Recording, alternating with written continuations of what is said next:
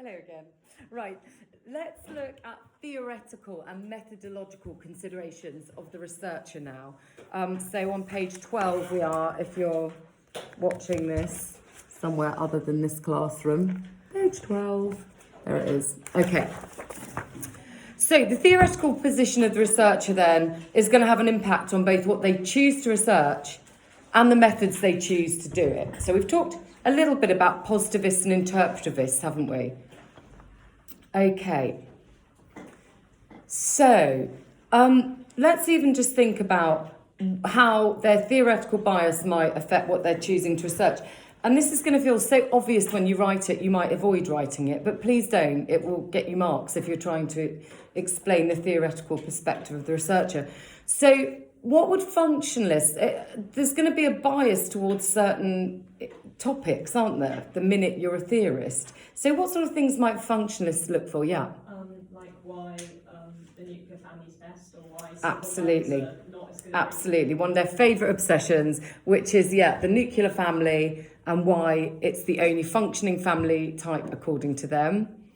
And the problems with lone parenting they also obsess about a bit. Meritocracy is another thing close to the heart of a functionalist.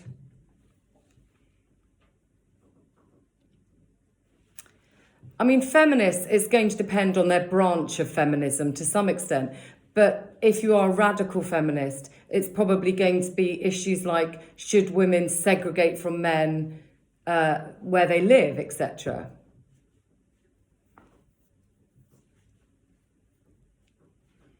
Have you done quite a lot on feminism in family? I bet you've done a fair bit on that, yeah.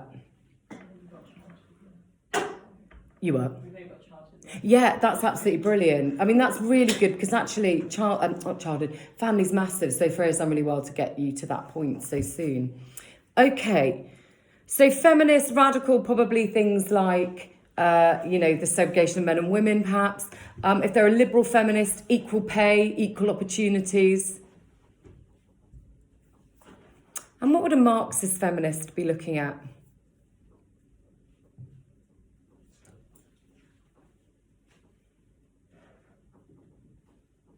Have you done Ansley and the delightfully called Takers of Shit, where she says that, does it ring bells? Where she says women are the biggest victims of capitalism, basically.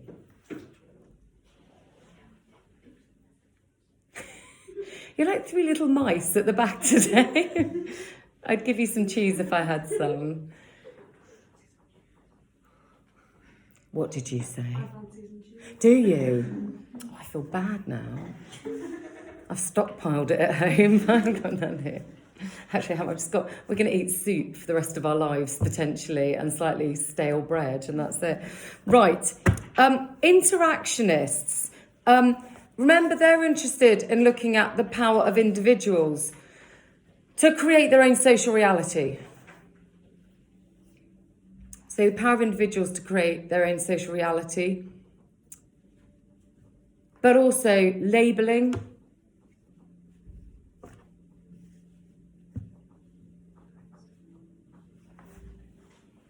So give those examples. And Marxists, what are they going to say? It's all going to be about inequality, isn't it? Which, as I say, is really quite topical at the moment, I think. But yeah, it'll all be about inequality, oppression by the bourgeoisie, etc. And how to bring a more equal society. Crazy idea.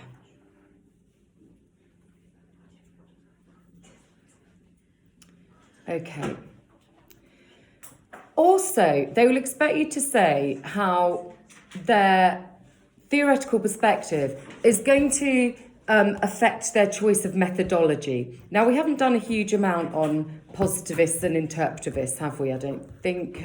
I feel like I mentioned it possibly about 4 months ago. So let's have a think about that. So functionalists, for example, and Marxists are both structural theories. Do you remember when we looked at that diagram way back when? So a structural theory means that they think that individuals in society are controlled by the structures above us, the economy, the education system, religion, media. Okay. Feminists are in theory a structural theory who believe that it's patriarchy, the structure of patriarchy controlling us. But actually they kind of veer a bit between positivists and interpretivists. Right. Those structural theorists, for choice of method, they choose positivist methods. Now, I'm not up to filming me writing on the board, so I'm going to spell it. Positivist, P-O-S-I-T-I-V-S-T-S.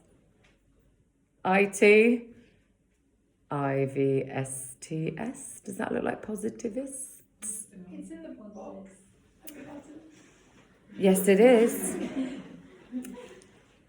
And I can't spell out of my head, and I've publicly misspelled a keyword. Never mind, positivist. Yes, I forgot I'd given us some helpful little phrases at the bottom. So they tend to use positivist research techniques. And these are, let's pick out other words from there, such as official statistics. Which other ones do you think might be positivist? They're looking for big patterns where they can spot a cause and effect relationship. Yeah, questionnaires, and both of them, I heard you say quantitative, and you're right.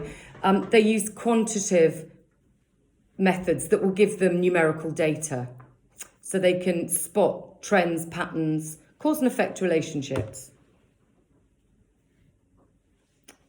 Now, the best example I can think of is Durkheim's suicide study, but I won't depress you just before we all go off to catch corona with that, so we'll talk about it when we come back.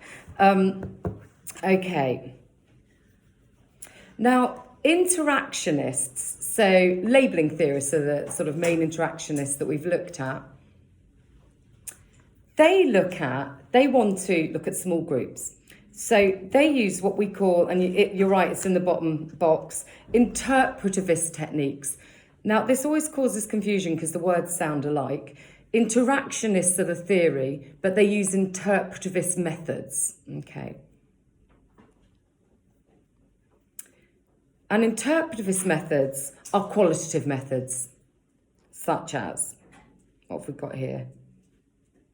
Unstructured interviews and observation. But also things like diaries, etc. Bit of social media stalking, that kind of stuff.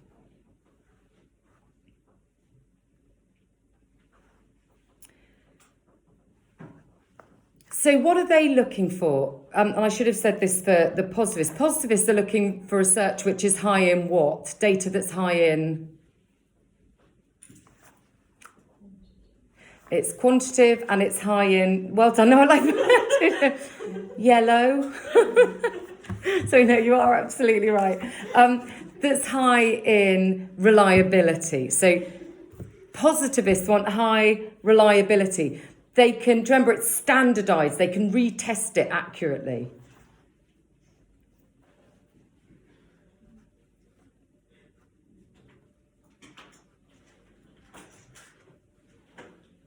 Interpretivists, interactionists even, who use interpretivist methods, I told you it was confusing. What do they want? Lots of what in their data? Yeah. Yeah, they want it to be high in validity, truth and depth. Very well done. And Verstehen, do you remember that? Empathy, real deep understanding. That's very simply the difference between positivist and interpretivist research. We'll do so much more on that. I think, yes, I'm going to finish there. Thank you. Bye.